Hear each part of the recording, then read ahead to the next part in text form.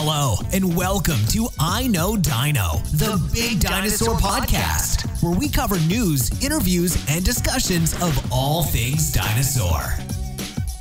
Hello and welcome to I Know Dino. I'm Garrett. And I'm Sabrina. And today's episode is brought to you by Artemisia Publishing.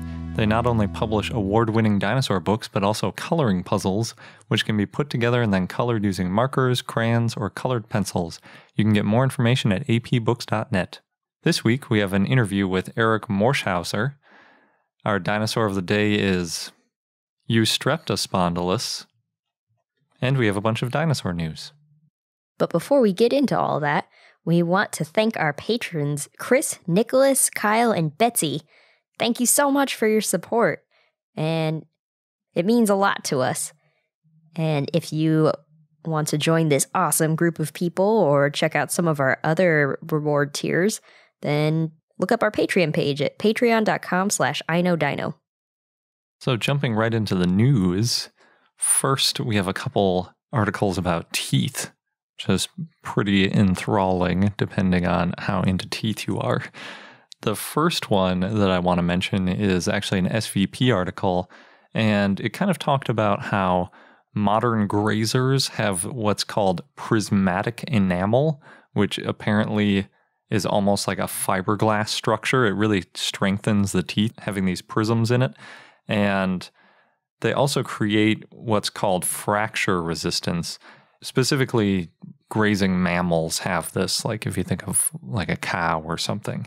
And when they're grinding their teeth, since they're picking up the grass off the ground, if they, say, get like a little pebble in there, they could break a tooth. So they have this fancy fracture-resistant prisms in their enamel, and that prevents the crack from spreading throughout the tooth, and it kind of stops the crack from going too far and breaking things. So it's good because there are no dentists. Yeah, and they really rely on those teeth. So some dinosaurs had teeth that were kind of similar in that they were also grinding up plants, and they used things that are called dental batteries, and we've talked about those a little bit before.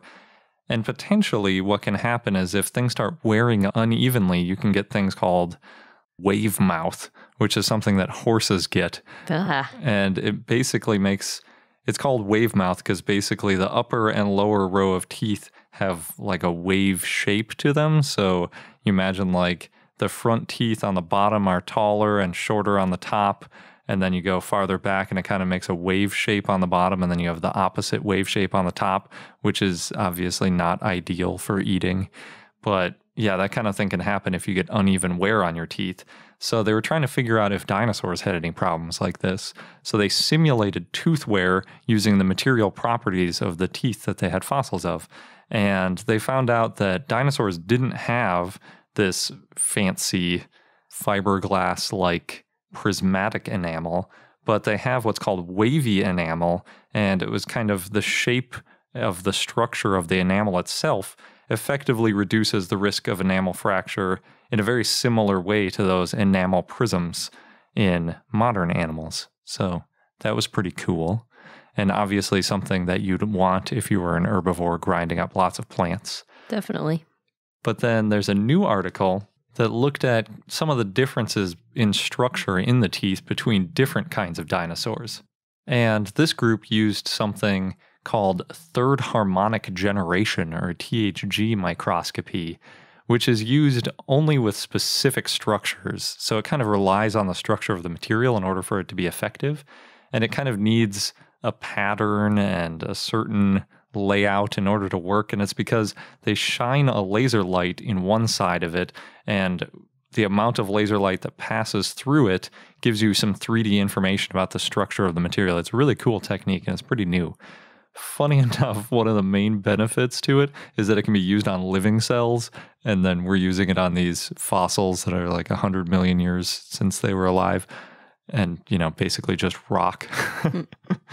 But it still works really well, and they used it to find differences between the tissues in the dinosaur's teeth.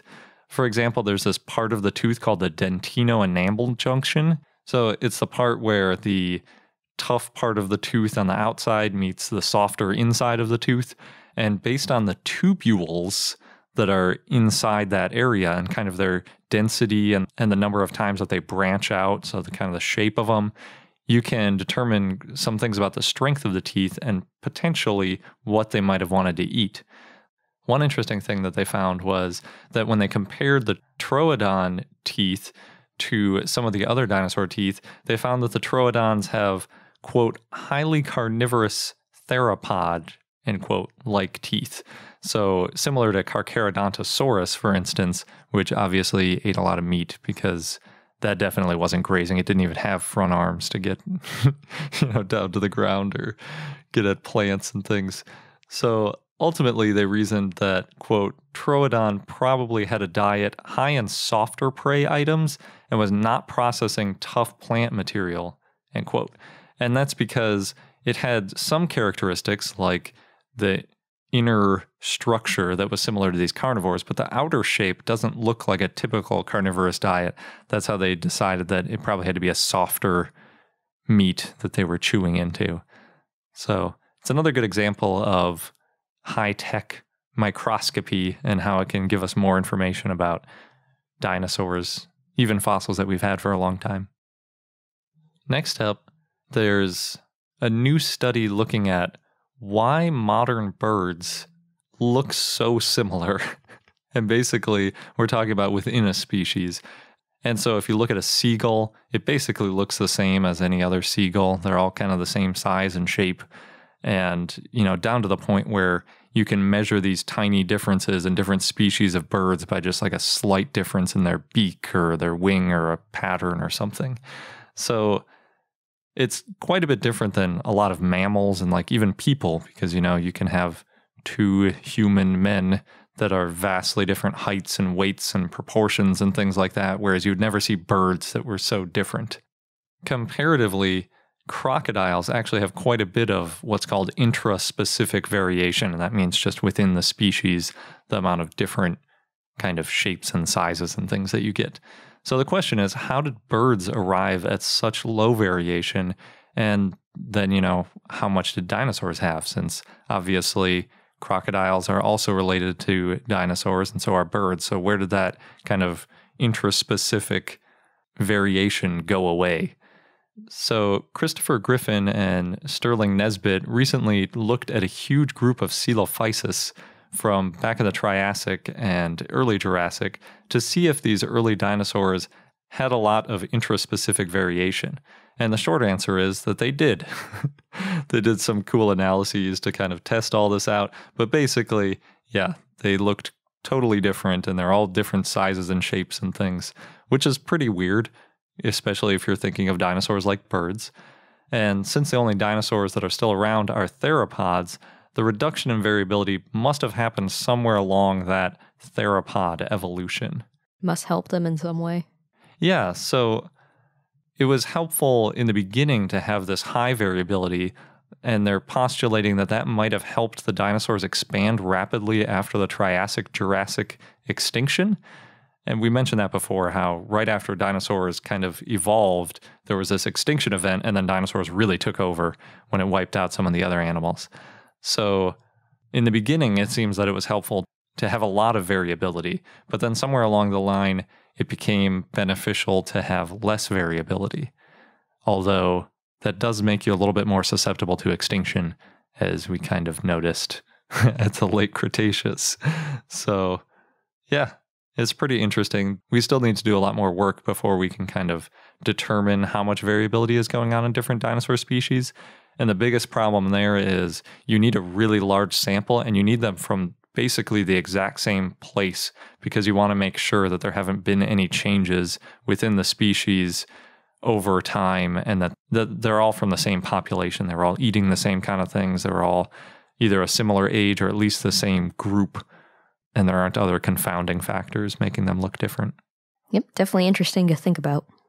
Next in the news, Smithsonian Magazine shared a behind-the-scenes look of the new National Fossil Hall, which opens in 2019, and we'll post a link so you can watch it. It's a bit long, but I still enjoyed playing. I was playing it in the background for some parts of it, but the part about the National Fossil Hall was very interesting. Yeah, it's really cool. So the National Fossil Hall was open for 103 years, and they closed it in 2014 to change things up. And during that time, a lot of new discoveries happened. Obviously, 100 years is a lot, and then you think about the discoveries that have happened just the last 10 years. So along the way, they found a way to date fossils. Then the Chicxulub impact theory came up. And then the idea that there's this link between birds and dinosaurs came up. And when they closed the hall in 2014, the museum packed up all their skeletons, and apparently the Diplodocus had been in the same spot since 1923, which is crazy to think about. And when they did that, they found murals by Jomaternus from 1960 to 74, and he's still around, so he helped them figure out what to do with the murals. They'll be displaying some of them and making books out of them. And this artist also had in his house drawings of every animal in the hall, a drawing for the muscle and a drawing of the skeleton that he had made. So the new hall, the David H. Koch Hall of Fossils Deep Time, opens on June 8th, 2019. And it will have a T-Rex from the Museum of the Rockies that they're leasing for a long time. Seems like they intend for this hall to stay open another 100 years. And other fossils in the new hall will include a giant fish with a fish in its belly, woolly mammoth hair, a fossilized lizard with skin, and a mummified bison. And they're working with Research Casting International. We spoke with Peter May in episode 102 about this. And the museum scanned their bones, digitized them, and then printed out the scenes that they wanted for Research Casting International. And now Peter May's company is creating them and will install them in the hall. And they gave a couple little tidbits about what some of the dinosaur displays are going to look like. We'll have to make it over there. Yeah. In the opening. Yeah, it was funny. In the video, he said something like, this is happening in 819 days or something. Like he's a little bit panicked about how much they had to do because they showed an interior shot and it's basically just torn down to the studs. Yep. A lot of work to do. Yeah. But it'll be worth it. I liked how one of their donors is, I think he's 10 years old now. He's been donating to the museum for a few years and he goes and visits on his birthday and gives them some money. And so he kept bringing up, like, in 100 years, like, he'll be, not 100 years, but he's saying, like, 50 years from now, like, imagine when he was just a kid, he donated and he can come visit with his family and say, I was a part of this. Next, iDigital Times wrote about why Jurassic World 2 should feature feathered dinosaurs. The argument is there's more evidence of feathers now, such as the feathered dinosaur tail that was preserved in amber, we talked about in a previous episode. So dinosaurs in Jurassic World and Jurassic Park, quote, are going to look very silly in a few years, end quote. The original Jurassic Park reshaped how we saw dinosaurs. They no longer saw them as these slow lumbering creatures with dragging tails. So the question is, why not reshape our views again? Although we posted this, and I know one of our listeners is like, well, they still made a lot of money, which is true. Yeah, I think the middle ground is when we were talking with Brad Jost on Jurassic Park podcast, really what you'd need to do is introduce a new dinosaur and have that one be feathered. And then maybe you could phase out the old unfeathered ones. So you could put in like a Dakota Raptor or a Utaranus or something, and then just leave the old ones alone, maybe for one movie or two before you really start feathering them up. Yeah. I thought they were headed that way in the third movie because they had the quote-unquote velociraptors with just a few feathers on their heads, but then in Jurassic World, that was gone again. So, yep, we'll see. Speaking of feathered dinosaurs, we mentioned the new show Dinosaurs in the Wild previously, and it's a live-action dinosaur animatronic show that's coming to England in June of 2017. And on their website, they posted a new trailer where you can kind of see something. It's basically just a T-Rex, but they do have it covered in proto-feathers. And it basically has feathers around its neck and then down its back a little bit. So its head is still completely feather-free, as are its legs. We're not really sure how feathered T-Rex would have been, if at all. We think that it probably had some, at least, proto-feathers based on the family tree. But, you know, how completely it was covered, we don't know because we don't have any good skin impressions or anything like that. And in the intro video, it roars exactly like a lion, and then its feathers around its neck make it look like it has a mane. So it's almost like they've just changed it into a big lion. It's kind of funny. So Yeah, they're both predators. yeah, they might have had similar behavior, especially if they hunted in packs or something. I don't know. But the tickets have gone on sale already for June of 2017, and that's for the Birmingham show. And the preview tickets are £20 a piece, and then after a little while they go up to the regular prices, which is going to be $29.50 for adults and £26 for kids ages 3 to 15. And then at the end of September, so after just a couple of months, they're moving to Manchester, and it looks like prices are going to be about the same. So whichever one you're closer to, you can get tickets for right now. And as a description of the show, their website says, quote, "Ride across the Cretaceous plains through herds of huge dinosaurs like Triceratops and Ankylosaurus. Then come eye to eye with an angry Tyrannosaurus Rex. You've never seen dinosaurs like this before, but remember, if you can see them, they can see you." Oh, Yeah. directly calling out. Are you talking about Jurassic Park and how like they couldn't see you if you moved? Mm-hmm. I thought they were just saying that to make it sound spooky, but that could be. Could be both. Yeah. So it sounds kind of like it might be like the Jurassic World exhibition, because it talks about how you kind of enter the scene. And so I'm kind of imagining a similar kind of thing, but maybe a little bit more realistic. I'm not sure exactly how it's going to work out.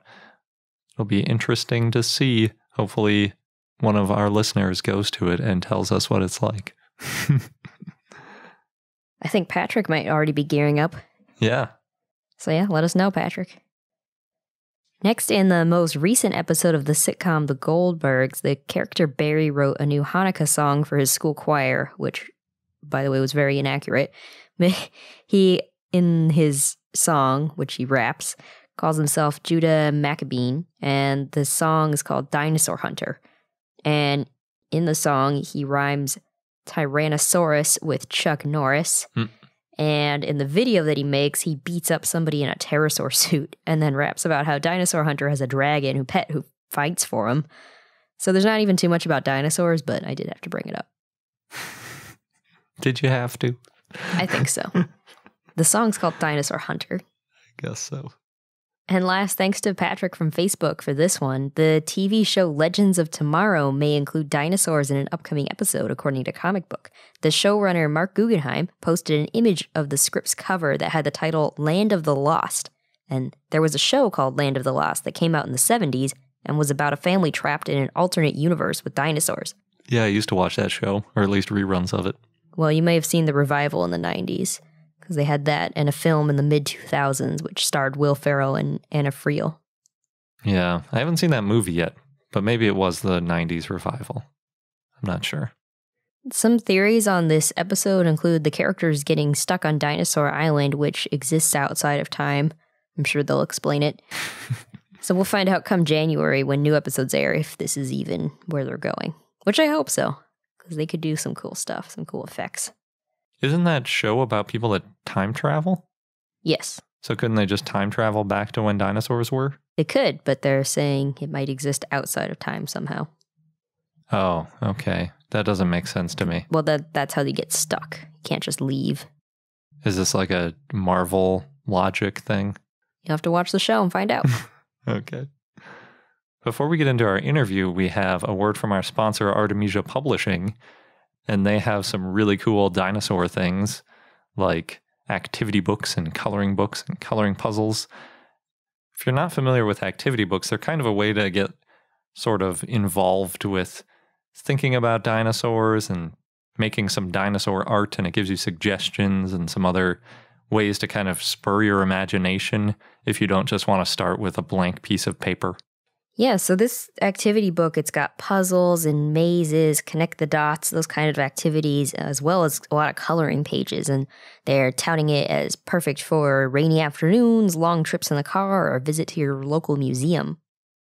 And if you want to branch out a bit, Artemisia Publishing publishes other books as well.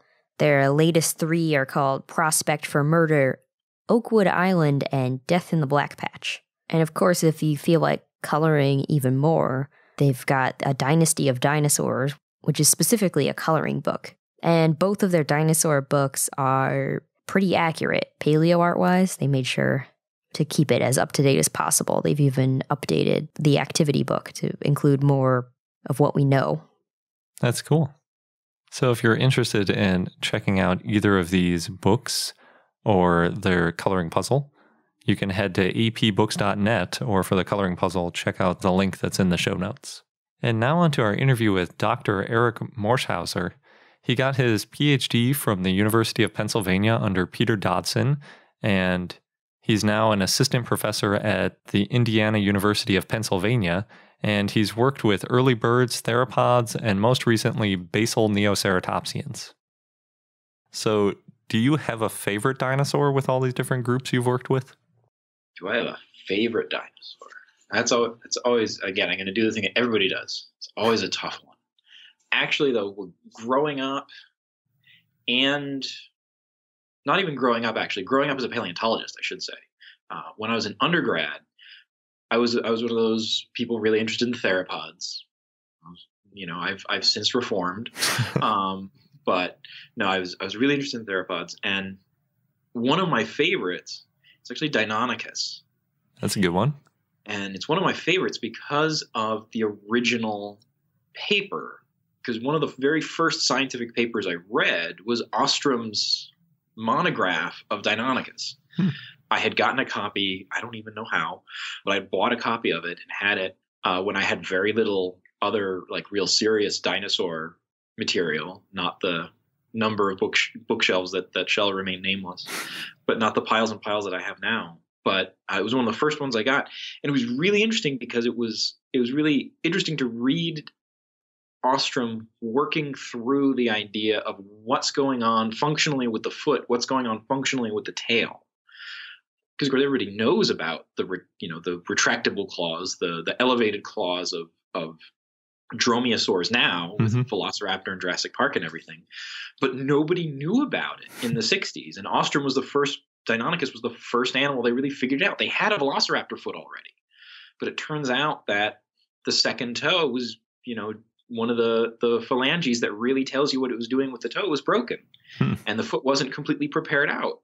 And you can see that in the original papers from the original Velociraptor paper back in the 20s. And so Ostrom's Deinonychus monograph, he's really just kind of thinking through that and talking about that functional capability. And I thought that was really interesting. And it's so interesting that that's actually not only one of my favorite dinosaurs, but the second phalanx of the pedal digit is actually one of my favorite in Deinonychus, is one of my favorite bones. Yeah. Because that's the exact bone that has the morphology that tells you you've got something with one of these raptorial claws. So you just need to find that. You don't even need the rest of the animal. You can be like, oh, I've got a theropod, probably, but at the very least, I've got something with one of these retractable toe claws. And so I think that's really cool. I think it's one of the things that's really interesting in paleontology and comparative anatomy are the types of inferences you can make sometimes with limited evidence. Sometimes you can't. Sometimes you do, but you shouldn't. Or at least some people do, and they should. But it's really powerful just to be able to, like in some instances, no, really, you can know a lot about what's going on with an organism from a relatively small piece. Oh, yeah. Yeah, there was that recent review of some trackways in I think it was in southern China, and there were a few theropod prints that had two toes, and they were like, well, there's a good chance that that's some kind of dromaeosaur because, what else has two toe prints like this? They were like, there's a chance that one of them just washed away, but really, what are the odds? Yeah, and I think that's interesting. And you get this very distinctive morphology in places. Yeah. So, yeah. Cool. So switching gears to Neoceratopsians, since that's your current bread and butter. So you were on the team that described Auroraceratops. Did you have to go over to China to do that work, or did you manage to do it from the U.S.? No, so I've spent a fair amount of time in China. So I didn't name Auroraceratops. That was before I was involved in ceratopsians. But when they named Auroraceratops, Yu Hai Lu and Peter Dodson, and actually Matt Lamanna was on that paper, who's down at the Carnegie just south of me, so he's kind of my neighbor now. Not in a literal sense, but at least he's not across the state anymore. But when they named Auroraceratops, they had a skull and a mandible. And the thing for me that's really odd is that most of the world still thinks of Auroraceratops as that skull and mandible. Number of years after that, my Chinese colleague Li Daqing, his field crew collaborating with a number of people, they found numerous specimens in a slightly different locality that's only about, I think, 100 kilometers away from the type locality. They found a new locality, and it was just full of Auroraceratops. And so we put out a little paper in 2012 just to kind of flesh out some of the anatomy of Auroraceratops using just describing one specimen that had a different skull, but still a decent skull, and partial postcranium. But we just have so much more. And so, I feel like I keep walking around until these papers come out. Most of the world doesn't know that. No, in fact, Auroraceratops is one of the dinosaurs. We have them, it's up there probably in the top 10 or 20 best represented dinosaurs. Wow. But nobody knows that yet. So, and that's on me, and I'm working on it. But yeah, so I really, in terms of opening up Auroraceratops and really describing its anatomy and figuring out the whole animal, I mean, that's kind of the project that's been going on for a while, and what my contribution to Auroraceratops so far. Cool. So are they all, there's the one head basically from one part of China, and then you've got a whole group of them in another spot, and that's so far all the places they've been discovered? Yeah, I think we only have material from these two. They're in these two little structural basins that, again, aren't that far from each other. This part of China, the geology is a little bit challenging in terms of the actual biostratigraphy, the sort of figuring out exactly where in a particular set of rocks each specimen lies relative to each other. Oh. Because what happened is, basically, long before India collided with Asia, you actually had some like island arcs. Imagine like something like Indonesia or that was plowing into the south of Asia at this time, squishing it up to the north. And then what that does on the sides, right? If you have something like ramming, if you imagine like a really bad car accident, like in one of, I don't know, like one of the Batman movies or something, you have sometimes if something gets T-boned, right? The thing that's getting hit sort of bends around the car that's coming in. This is basically what was happening, but with continents. And so these little basins are getting torn open, basically, really slowly, and not very, not nearly as dramatic as Christian Bale as Batman, but they're getting torn open, and so you've got these two basins that are opening at nearly the same time, just sort of a little bit separated from each other. So, but it gets really hard to trace rocks from one to the other, and to get the relative dates on that. But anyway, so they're from right next to each other, and as far as we know, we haven't found Auroraceratops anywhere else. Interesting. So that whole tearing apart was happening in like the middle of the continent as well as farther towards the ends? Yeah. Well, again, you have to remember that, again, stuff is joining essentially Asia from the south, but there was no India there, right? So you can take everything from the border from Nepal south, and that just wasn't there, right? And so these things that are joining Asia, we're meeting it up somewhere in the middle of where the Tibetan Plateau is today. And again, you've got numerous little things that sort of, I like the term for it when you have things start to join a continent. Geologic term is called docking. And so there was some stuff docking in the Cretaceous. And that's partly why we have some of these sedimentary basins in Western China from the early Cretaceous. So you get Auroraceratops from there. There's been an ornithomimid, I think Archaeornithomimus is from another one of these basins, a little bit further to the east.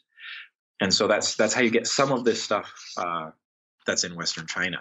But yeah, so Auroraceratops is only found in these two little localities that are approximately 2 hours from the nearest substantial settlement.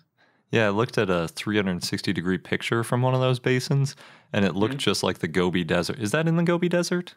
It is in the Gobi, yeah. Okay. We're in the western Gobi, so people sometimes call it the Trans-Altai Gobi, because you get the eastern Gobi, which is where, say, like the original Psittacosaurus locality is eastern Gobi. I think the Chinese sort of Cretaceous red beds where you're getting Protoceratops, Helenicorhinus, as well as a number of other things really similar to stuff that we sort of think of as classic Mongolian, sort of late Cretaceous dinosaur faunas.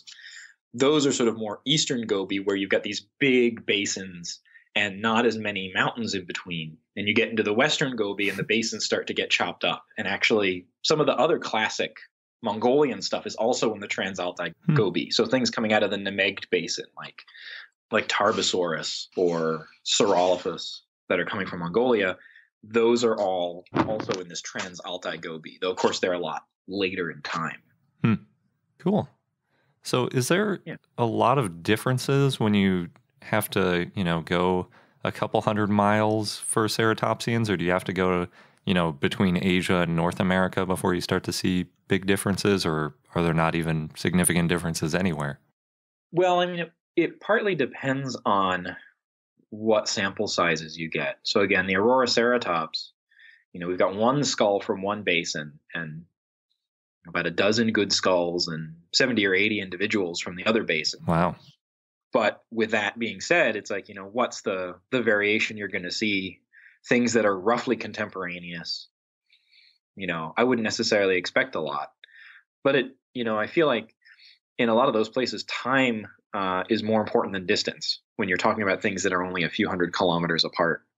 So you've got Auroraceratops there. Archaeoceratops came from the same basin as the original Auroraceratops skull, just a little bit different place in the section.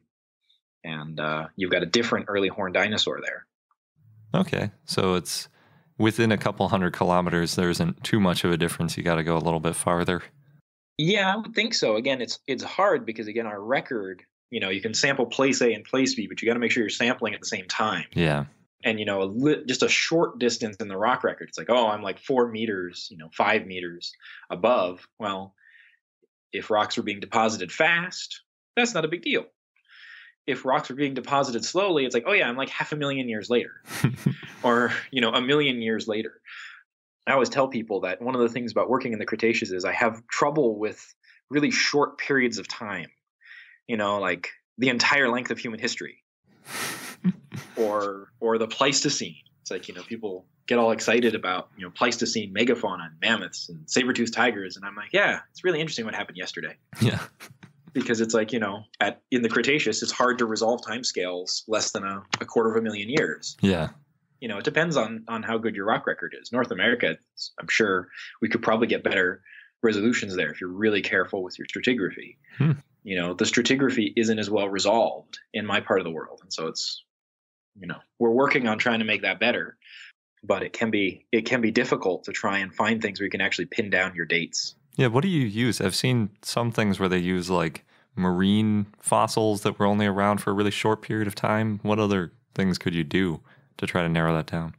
Yeah, so marine beds are really great, and that's probably one of the best things. That's one of the reasons why I say it's easier to do in North America, because of course we had that big Cretaceous seaway, and it was, it was transgressing, it was regressing, it was getting wider and shallower, and so all of your, you've got all of your dinosaur-bearing beds, and you've got these big tongues of marine fossils, and then you can correlate those. The marine animals typically have much larger geographic ranges when they're alive, at least some of them, and so it becomes really easy to correlate a rock in Montana that you, let's say, don't have volcanic ash for, and so you can't radiometrically date it and actually get a number. But you can correlate it through these marine organisms to a rock in Italy where you do have ashes, or a rock in China where you have ashes. And one of the things we don't have in Western China is we don't have a lot of datable ash beds. And we don't have a lot of these marine intertongues. And so we're trying to use the ashes and volcanic beds that we have as best we can. And the other thing you can use, some people use pollen. You can try and nail down plant evolution and sort of use that.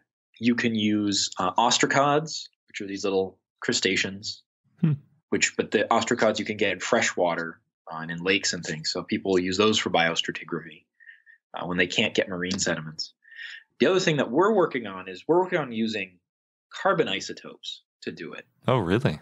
Yeah, because there are at least a couple of events since the carbon isotopes they get incorporated into organic material. They also get incorporated into calcium carbonate. So they get incorporated into minerals, and they're getting pulled down out of the atmosphere. They interact with the global carbon cycle. So if you have times when you're burying lots of carbon somewhere, like in the marine realm, maybe you have a big marine extinction or a marine anoxic event where lots of stuff is dying in the ocean and all their carbon is just falling into the bottom of the ocean basin and getting buried. You mess with the proportion of different carbon isotopes in the global carbon cycle. And so you can pick up on that if you've got big enough events. And so we've been trying to use that. And actually, as a paper I'm co-author with, it's really Marina Suarez, who's at University of Texas at San Antonio. She's really done a lot of that work. And we took some samples from the Ujingsa Basin, from this basin in Western China where we've got Auroraceratops, trying to correlate it to other basins in Western China and then to the global carbon cycle, this global carbon isotope record in the early Cretaceous, just again to try and get the time frames in the better ballpark. Okay, so you're not necessarily looking at kind of typical carbon dating where you're looking at the half-life of carbon-14 or whatever. You're looking at ratios of different isotopes and trying to correlate that to other known places? Right, exactly. Okay. So you can get these carbon isotope records. We're looking at these are stable isotopes, right, as opposed to radioactive ones. It's carbon like 12 and 13 as opposed to dealing with carbon-14, which is of course all decayed long ago. Yeah, that's why I was surprised when you started talking about carbon isotopes. Yeah. So these are stable ones, but again, plants sort of preferentially will use carbon-12 over carbon-13. And so if you start burying a bunch of plant matter, you start to enrich the global carbon pools. And I really hope I'm getting my numbers straight because I'm not the geochemist on the paper. So, but I think many plants are preferentially using carbon-12. And so when you bury a bunch of dead plant material, and really photosynthesizers in general, you bury a bunch of dead plant material, and then you start to see these shifts. Again, it's the entire carbon cycle. So there's lots of things that can affect it. People use it as proxies for a number of different things, not just, we're just trying to use it as, look, there was an event in the carbon cycle, and we can see that event in these rocks in, say, Italy. We can see this event in early Cretaceous rocks in Utah, which is where I know Marina Suarez has done a lot of work as well, working with Jim Kirkland, looking at dates and at sequence in eastern Utah. And we can look at it now in Western China. That's really cool. Yeah, it's handy that you don't have to care what is causing these changes. You just care that there was a change and you can see it everywhere. Yeah. And again, in terms of the dating, it's like we're just looking for an event that appears to be reproducible in a bunch of rock sequences where you can date it really well. And it's like, oh, this event seems to be synchronous, roughly. It appears to be global. Now we can go to these rock sequences, these places where we're finding dinosaurs or anything really, and say, okay, we can try and now line up these two records of the isotope changes and see if it fits in with any known events. Cool. But yeah, it really helps because some of these Asian localities in particular, where they're far from the ocean, we're not getting, even in the Cretaceous, we're not getting this marine influence. They've been incredibly hard to date. And so, the original age on Auroraceratops is, 2 periods from the Cretaceous, Aptian and Albian. It's a 25 million year period of time. So it's like, well, somewhere in this 25 million year window, and we've got it down to a little bit better in there. So, which is good. Funny. So how do things fossilize? Like, how do you get so many fossils in a spot where there's so little water? Because from my layman's understanding, the easiest way to fossilize something is kind of in a marine environment. Yeah, in the marine environment, it's easy. But a lot of the things we're getting from terrestrial environments, they are fairly wet. And actually, the present day landscape, to the contrary, it was a pretty well-watered place at the time of Auroraceratops. So this part of Western China, which is incredibly dry today, we've got the only thing that happens, 2 things happen in our field area today. There's a coal mine not too far away, lower in the sequence in the Jurassic rocks that are there. And apparently we actually are excavating and prospecting across pasture land, which I look around and there's really just not enough vegetation for it to wrap my mind around, but it's camel pastures. And so occasionally we'll wake up in the morning and there'll be camel footprints that are over the tire tracks that came in the night before or whatever. So we know that the camels have been wandering around. I've never actually gotten to see them. They're pretty skittish. That's really funny. I've seen evidence of the shepherds too. They ride around on motorcycles. So we've got these like dirt bike tracks as well that, again, from people and dirt bikes that we never see. But it's really dry now. But there are stream beds, there are river beds, there's evidence of abundant plant roots.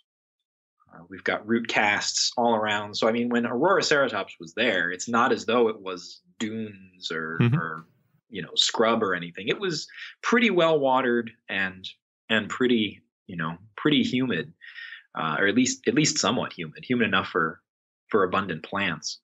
It's really kind of funny. I think the rocks that they're buried in are very different than what I was used to working in when I was doing stuff in Montana. But part of that is when you're looking at the rocks in Montana, you were 30 miles, 40 miles, 50 miles from the mountain front in the Cretaceous. The entire basin that these Auroraceratops are coming out of is only about 30 kilometers across. And so the rocks look completely different because they basically just fell off the mountain and got carried down. Huh. And so it gives them a very different consistency. But the environments actually probably weren't all that different, except that, the streams are a little bit smaller because it's a smaller catchment, smaller basin, closer to the source, that sort of thing. But it was actually a pretty wet time, near as we can tell. And people have sort of interpreted there as being a large lake in the basin. I'm not sure. I haven't seen any of the lake sediments in that basin I was in. There have been some other basins where, there are like evidence of big lakes, things that geologically they look just like Fossil Lake in Wyoming, if you heard of that one, right? That's in the Eocene, but you get those really laminated shales and you pick them apart and you can find insects, and some of the early birds from Western China are actually coming out of lake deposits that are approximately contemporaneous to Auroraceratops, just a couple basins over. So what is the basin that Auroraceratops is in? It looks like a river kind of thing, or can you tell? Yeah, so those rocks are all basically rivers and the deposits from floodplains adjacent to rivers and things Okay. like that. So, the rivers are small for the most part. It's not like you get this big river deposit. It's, 1 meter, 2 meters across. You can actually, in some places, you can see the cross section of the river channel that filled in because the river is carrying coarser grain material than the stuff around it. So, you've got these channels. You can even follow them because they're a little bit more resistant to erosion than the rest of the landscape. So a lot of times you'll have, the channel just kind of there snaking across the badlands, and this little, pillar of rock or this small hill underneath it that it's sort of protecting from being eroded away. You don't find too many of the dinosaurs in those stream bed rocks, at least not the Auroraceratops. The bone you find in there tends to be pretty beat up, but they're coming from that stuff that would have been the floodplain. It would have been next to the river, adjacent to the river, in between the rivers. Gotcha. Sort of. And then you don't get all the marine, or I shouldn't say marine, but you don't get the freshwater, I don't even know how to call them, freshwater fossils, I guess, because it's near the source of the river, so it doesn't have a whole lot of life living in it. Is that kind of the issue? Well, I mean, usually it's more of a preservation problem, right? You think of the stuff that you would find, you've got things living in, say, a mountain stream. This isn't even a mountain stream, but imagine, this is some kind of small stream that's coming out of the mountains, and, you've got stuff living there. There's going to be fish. There's going to be probably some kind of crustacean, something like a crayfish. There's going to be insects, but what do they get preserved in, right? They're sitting among, rocks that are larger than they are, right? They're sitting amongst pebbles and really coarse grained stuff. Doesn't really preserve small things very well. Sometimes it does. You can sometimes get it in there, but usually things don't get preserved where there's that much energy. Gotcha. If the stream can move pretty big rocks, it can move, dead fish or dead insects or parts of them really easily. And so things just tend to get mushed up. That's why you've got those. That's why people love those lake deposits, because the water is relatively quiet out there. And so you get this really fine sediment coming down, and that's what can help sort of preserve in the detail of some of these fossils that you don't often get in more coarse-grained stuff. Gotcha. Okay. That's interesting. So yeah, here I go. Dave Riccio would be proud now. He was one of my teachers long ago, and so I'm talking taphonomy, so he'd be pleased with me. Cool. So speaking of, learning new things, I guess, at SVP you presented on the phylogenetics of Neoceratopsia, and you had at least 32 taxa. How did you analyze so many different species and try to classify them?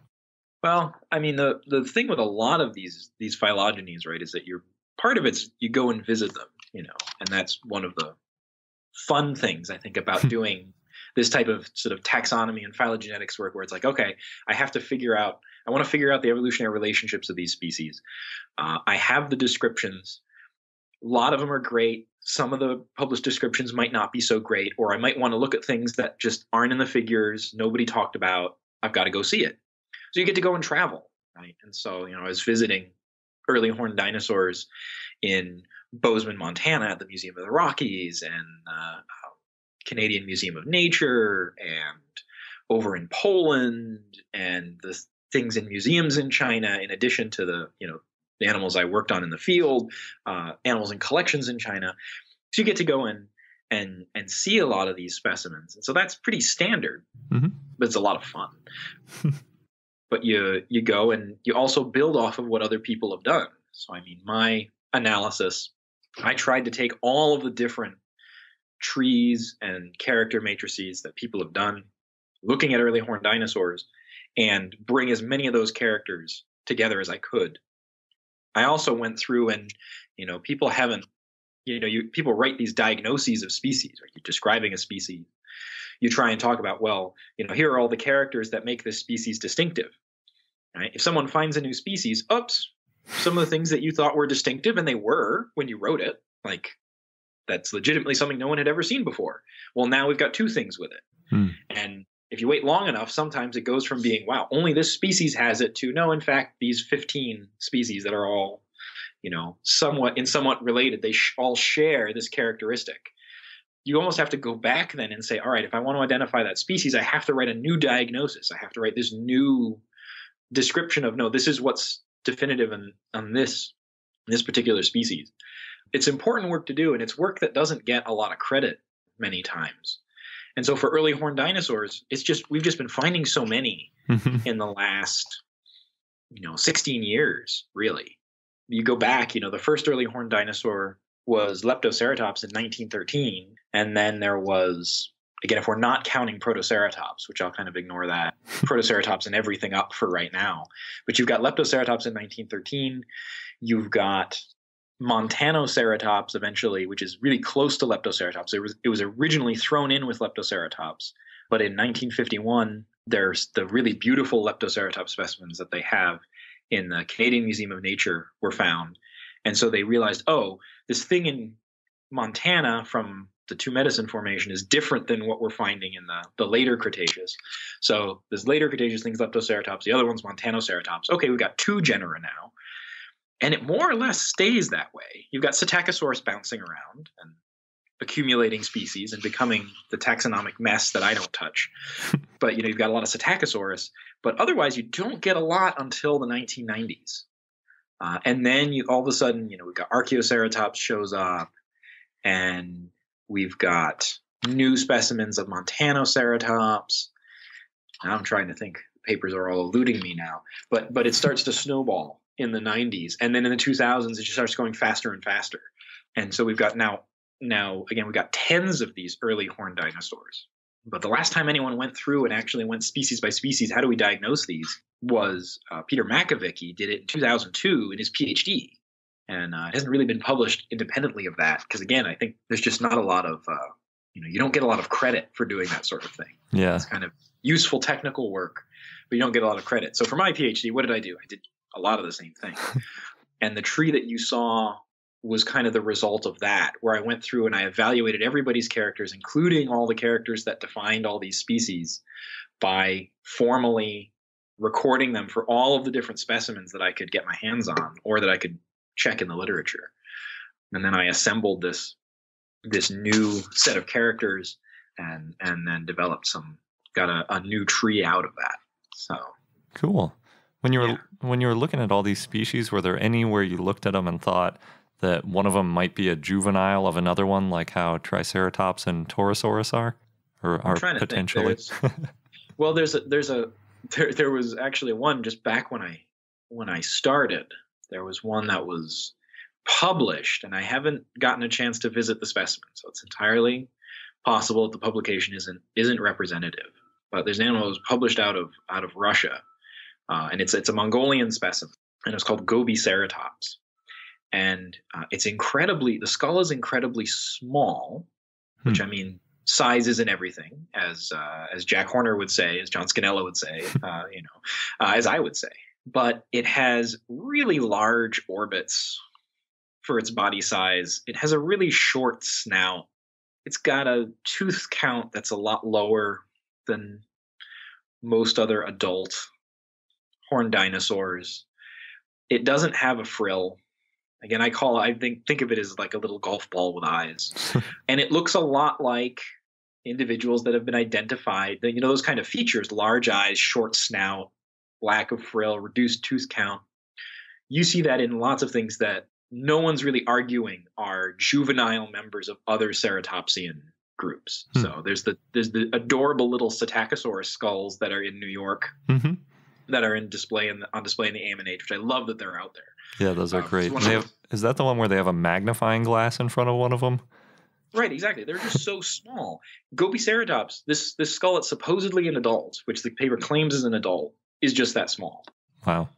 So, I think that one, again, I haven't seen it in person, so there's still the chance that I'm wrong. I don't think they really marshaled a lot of evidence in terms of the age of that specimen, but a lot of those features are a constellation of things that we see in juveniles.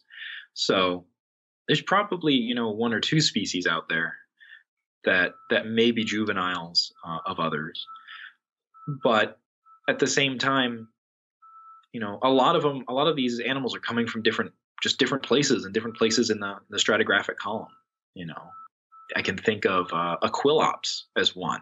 It's a North American horned dinosaur. It's actually the oldest horned dinosaur from North America. It was described back in 2014, I think. And Aquilops is great because you can go and 3D print it. Nice.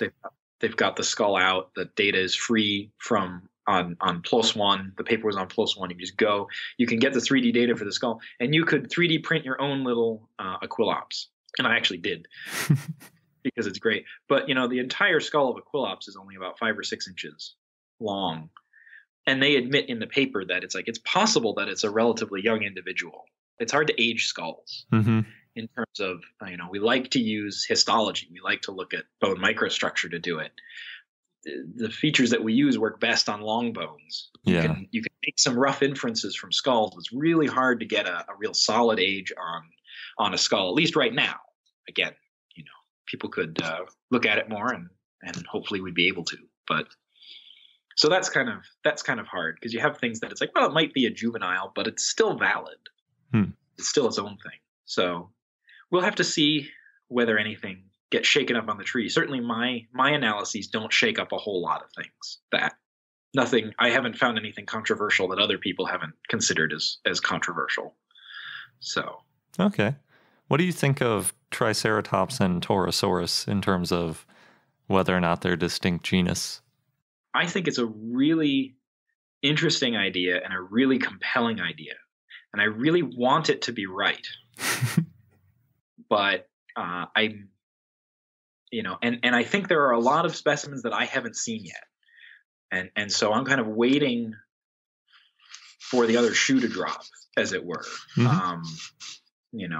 I think the argument that Neoceratopsians isn't something distinctive is good and fine. It's a something. It's probably a Triceratops. It's also an awful lot of plaster, which is a bit vexing. But a lot of old specimens, people were just like, oh, there's a hole there. Let me put some plaster on that. It's like, well, there went the useful information on that part of the frill. And I think So I think some of the features that have been identified are really interesting.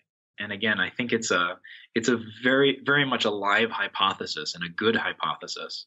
I want those transitional ones. I want really good, definitive transitional, especially transitional forms of the frill, where it's not an incomplete, where it's just sitting there and it's just parietal fenestrae. Okay, good. And they're small, and there's histologic evidence that they're expanding, and here's the parietal, and it's tied up with one of these transitional squamosals that they talk about, and I want all that together, and I want limbs that you can thin section and get histology off of the limbs that are associated with the heads, which is the thing that Triceratops never gives you enough of. You know, it's always, you almost always, like Triceratops postcrania associated with skulls would be really nice. I mean, either that or like everyone says, it's like, or a baby Torosaurus, you know, just something that gives us a nice split. That'd be easier to find, because then you just need the skull.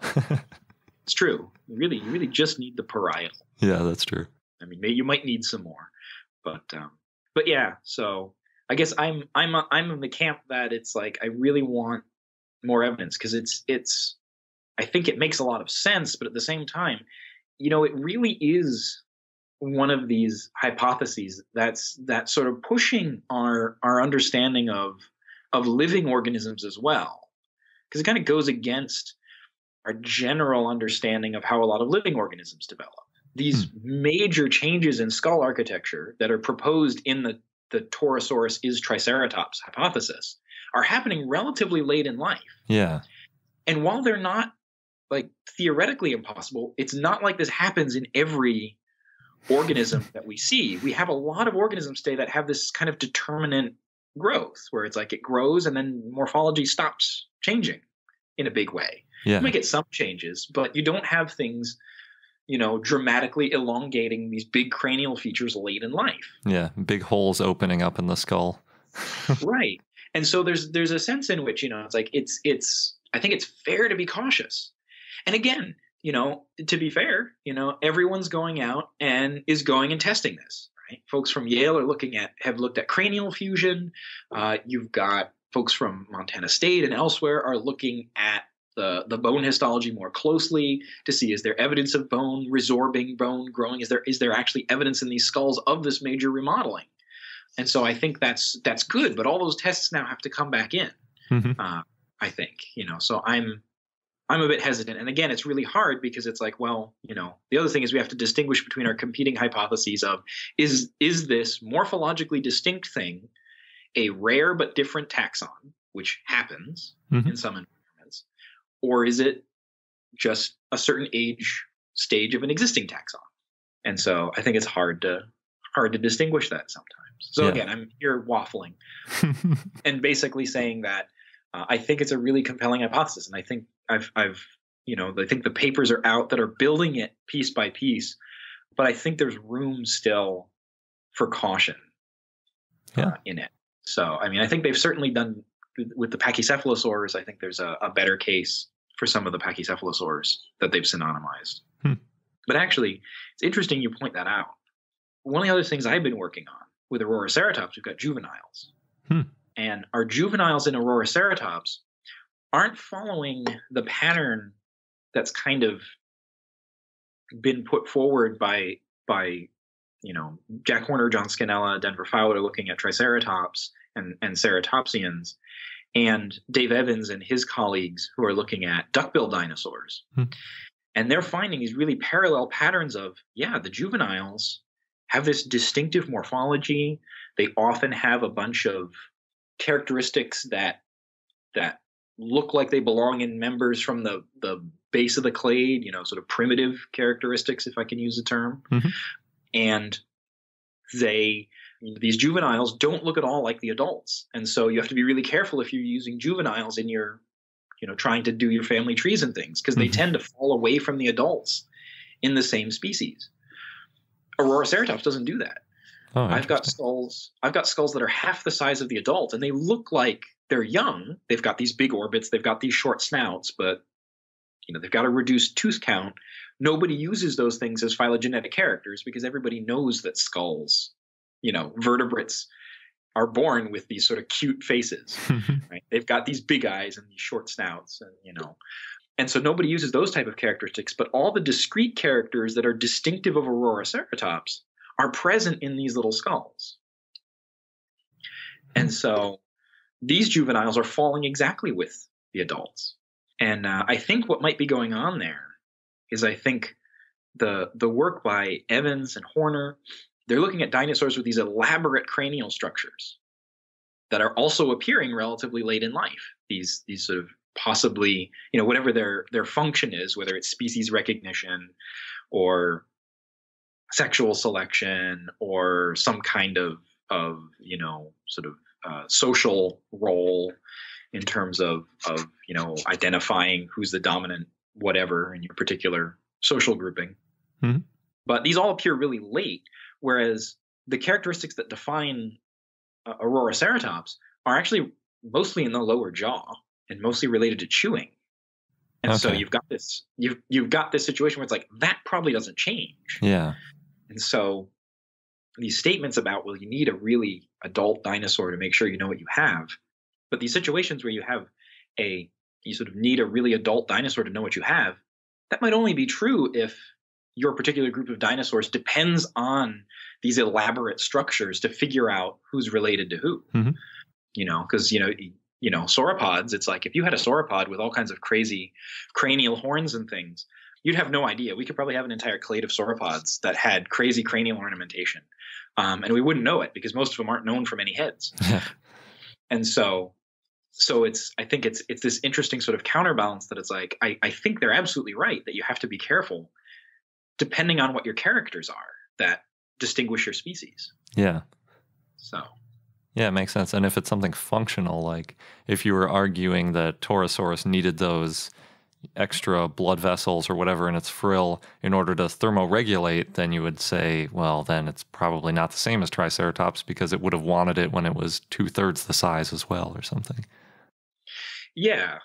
Or even if it was something, totally unrelated that had to do with something functional, trying to think if you had radically different jaw mechanics between the two or something like that, you know, where it's like, no, it's eating. Like you can't have dietary shifts through growth. Herbivores tend to do that less than other vertebrates, at least, in the basic sense of they're eating plants and they're eating plants, as opposed to, things like, juvenile crocodilians. What are they eating? They're eating insects. They're eating little fish. It's like adult crocodilians. What are they eating? Some of them are eating turtles, Deer.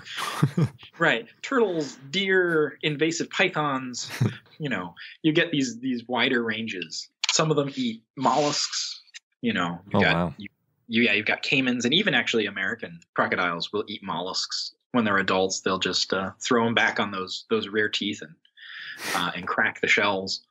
So you can get these dietary shifts, but it's less likely that you're going to have fundamentally different types of eating. You're not going to be radically moving muscle attachment points around between juveniles and adults. So I think that's interesting that when you get to these sort of less spectacular dinosaurs, it might not matter as much exactly what on a genetic stage you're in. And again, always limits on that as well. Hatchlings, you should probably never use hatchlings if that's your only specimen. And you don't know what the adult looks like because they're going to be really different than the adult. Yeah. So speaking of eating, did you see the recent article by Darren Nash where he was talking about how ceratopsians might have had nose balloons? Yes. Yes, I did. What do you think about that? I think they have to be doing something with their nasal cavities because the ceratopsids, again, things like Triceratops, but all of it. I mean, Centrosaurians as well have these really big, just these enormous, in some cases, really enormous bony nostrils. Mm-hmm. There's got to be something going on there, and you certainly can have enormous, bony nasal openings with a relatively straightforward, simple sheet of skin covering it and tiny little nostrils there. And you're still doing exciting things with that. You're doing lots of thermoregulation. You can have all these blood vessels and you're dumping, it's a great heat dump, which, for things like Triceratops, I mean, adult Triceratops or, Torosaurus or whatever Torosaurus is, they're big animals, they're the size of an elephant, which I always thought of them as being shorter, but, they're almost as tall as an elephant at the shoulders at their biggest heights. These are really massive animals that are going to be generating a lot of heat, and they've got to dump it somewhere. And sure, they can dump it, they've got frills, they've got tails, they've got some things you can dump heat in. But the respiratory system is really your best way to dump heat. So certainly that's going on. But yeah, things like Triceratops, it gets really confusing. I've worked on some Triceratops specimens. I'm actually working on a Triceratops prorosus specimen now. At least I think it's a prorosus specimen. But the premaxilla, the specimen I'm working on has been described by one of my co-authors as, it's a Triceratops that swallowed a grenade. So it saved its friends, but its skull is blown to pieces. And the premaxilla around that nasal opening, it just gets very confusing. It's heavily sculpted, and there are all these excavations. And when you have just little pieces of it, it can be really disorienting as to exactly where you are in this one bone, where it's like, well, there's the edge of the nose and the edge of the mouth on both ends of this bone.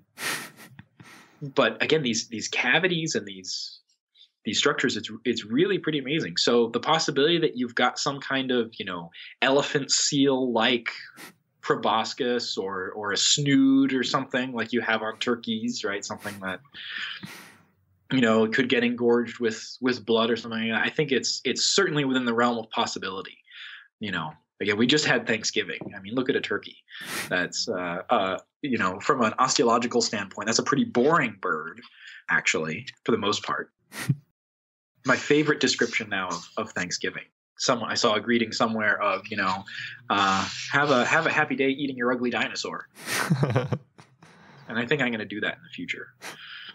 But yeah, I think it's certainly something that's possible. Though I don't know why something like Triceratops would need that with a frill and horns, Yeah. But it certainly could have something not huge and dramatic, but it's like it could have some kind of inflatable nose pouches or something like that, or it could just all be blood vessels and a heat dump, and it looks like how we always thought Triceratops looked, but functionally it's still a little bit cooler.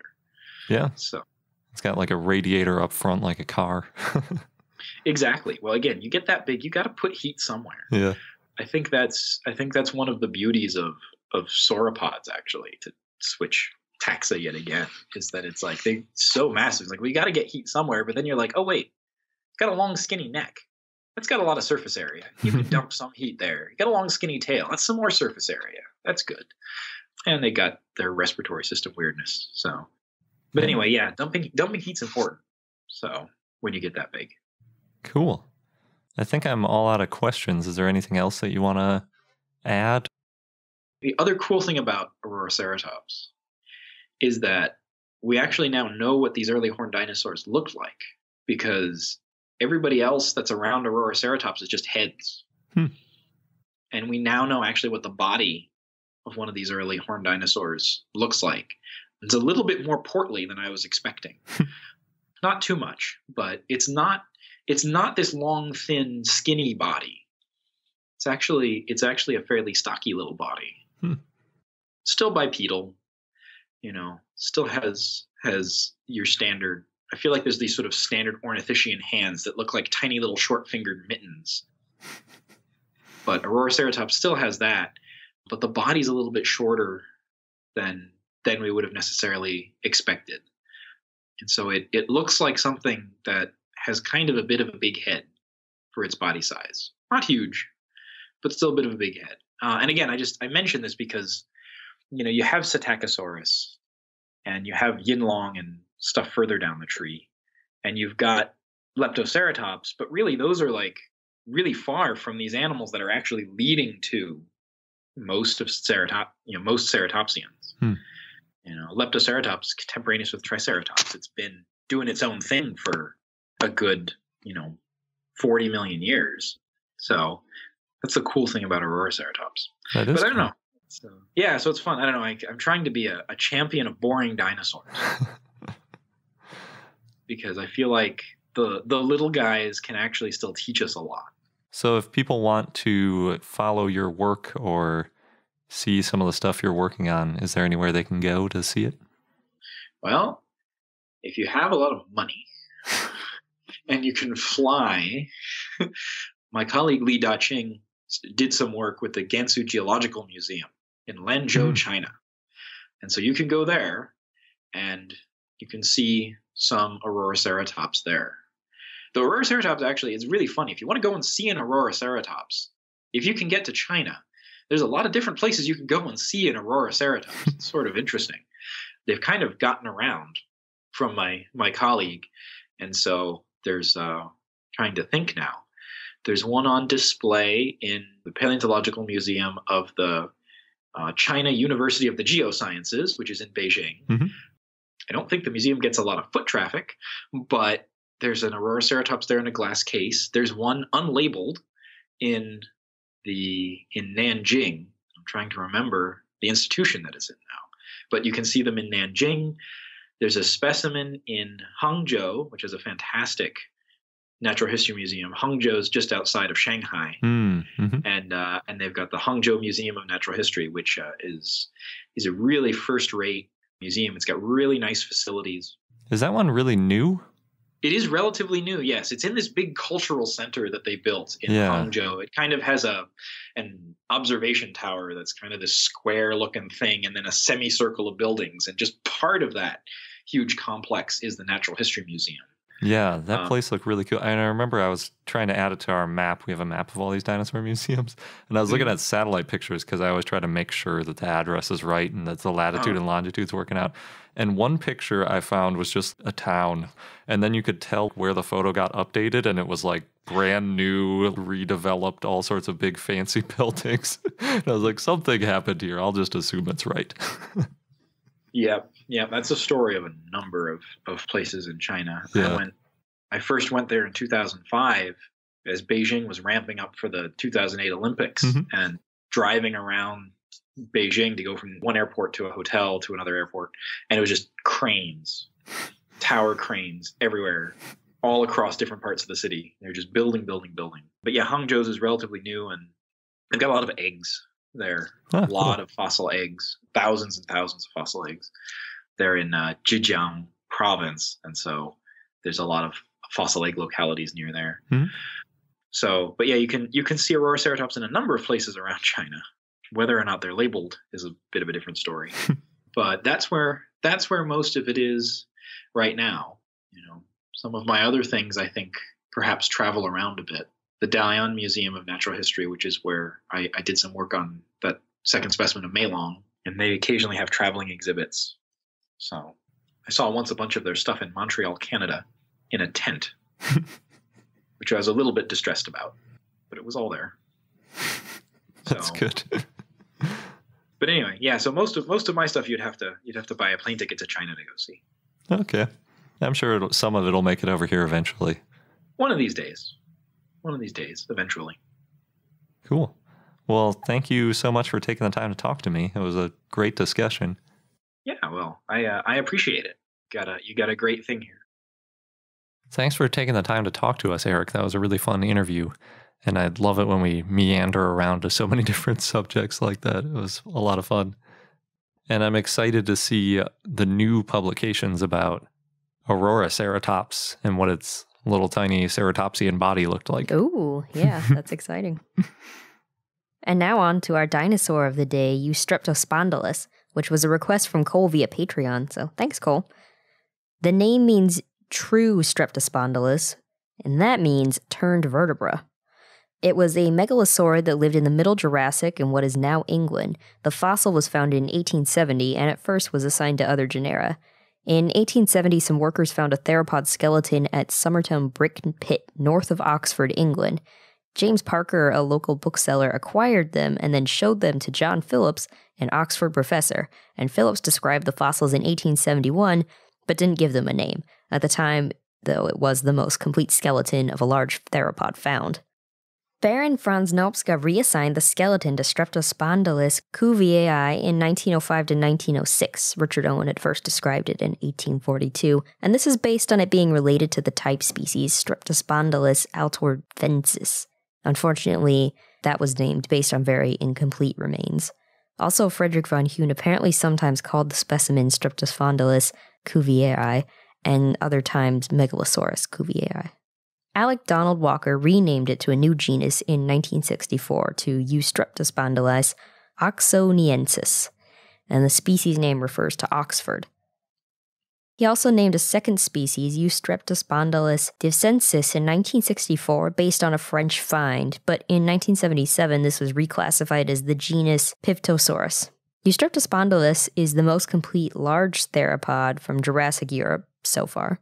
Only one skeleton has been found so far. And in 2000, Oliver Rahout found that there are only minor differences in the hip bones between Eustreptospondylus and Magnosaurus, which is another megalosaurid, and in 2003 he suggested that they should be the same genus, so Eustreptospondylus would be Magnosaurus oxoniensis, but not everybody agrees with this, as is often the case. In 2010, Gregory Paul suggested it was the same as Streptospondylus altdorfensis. Rudyard Sadler published a modern description of Eustreptospondylus in 2008. It was found on an island and lived when Europe was mostly made of islands, so it may have been able to swim. But not everyone agrees on this, and some think that it was just swept out to sea when it died instead of swimming to an island before it died. Yeah, we've seen that before, the argument of whether things were swimming or if they just happened to end up in the water at the end. Yeah. The holotype is of a pretty complete skeleton and is probably a subadult. In 1924, the holotype was prepared and put on exhibit in an erect position, but this was changed to a more horizontal position in the early 2000s. It used to be thought of as a dwarf species, but then in 2000, David Martill and Darren Naish pointed out that it was a subadult and not a dwarf species, so it wasn't some kind of island dwarfism.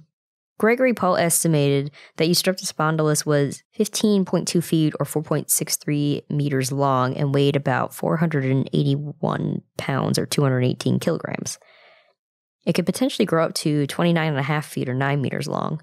It had large hind limbs and small forelimbs, and it had a pointed snout and large horizontal nostrils. It had a thick skull and tall, wide jaws. No teeth were found, but based on the tooth sockets, it had an enlarged third tooth in its lower jaw. Which is, I wonder what it used that for. It was carnivorous and bipedal and had a slightly stiff tail. It ate smaller dinosaurs and pterosaurs and may have scavenged for fish, marine reptiles, and other dinosaurs. You can see Eustreptospondylus in episode 3 of BBC's Walking with Dinosaurs. It shows it swimming.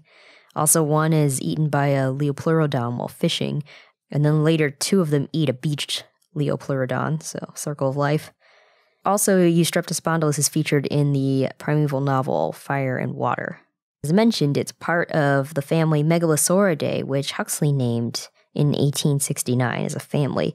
It was a wastebasket group, meaning it included a large variety of unrelated species like Dryptosaurus, Ceratosaurus, Indosaurus, Velociraptor. They tended to live in the mid to late Jurassic and in Europe, North America, South America, and Africa. They're cousins of Spinosauridae. Thomas R. Holtz offered an alternate group definition at one point as all dinosaurs more closely related to Megalosaurus than to Spinosaurus, Allosaurus, or modern birds. They're primitive theropods, small to large size with sharp teeth, and they had 3 claws in each hand. Big predators are usually harder to find than prey, so there's not too much known about megalosaurs.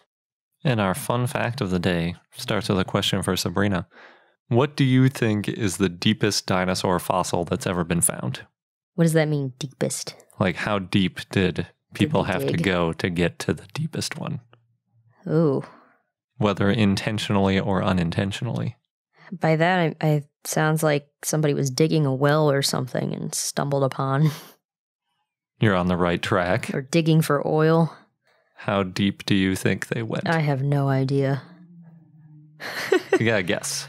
1,000 feet. It was about 1.4 miles. Oof. Or 2,256 meters.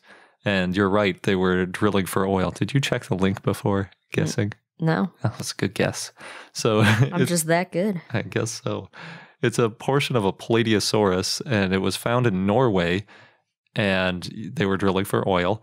And apparently it was also the first dinosaur that was ever found in Norway. And this was only in 2005. You just have to dig deep to find Norwegian dinosaurs. Yeah, 1.4 miles down. It kind of explains why you can't just find dinosaurs anywhere, because sometimes you have to go super deep in order to get back to those Mesozoic layers. They're not always just poking out of the ground like they do in Montana. Crazy. Yep. And on that note, that wraps up this episode of I Know Dino. Thanks for listening. If you want to join our growing community on Patreon, visit our page at patreon.com/iknowdino. Thanks again, and until next time. Thank you for listening to I Know Dino. If you have any questions or comments about dinosaurs, we'd like to hear from you at plesiosaur@iknowdino.com. And for more information on dinosaurs, go to iknowdino.com or follow us on Google, Facebook, Tumblr, or Twitter at I Know Dino.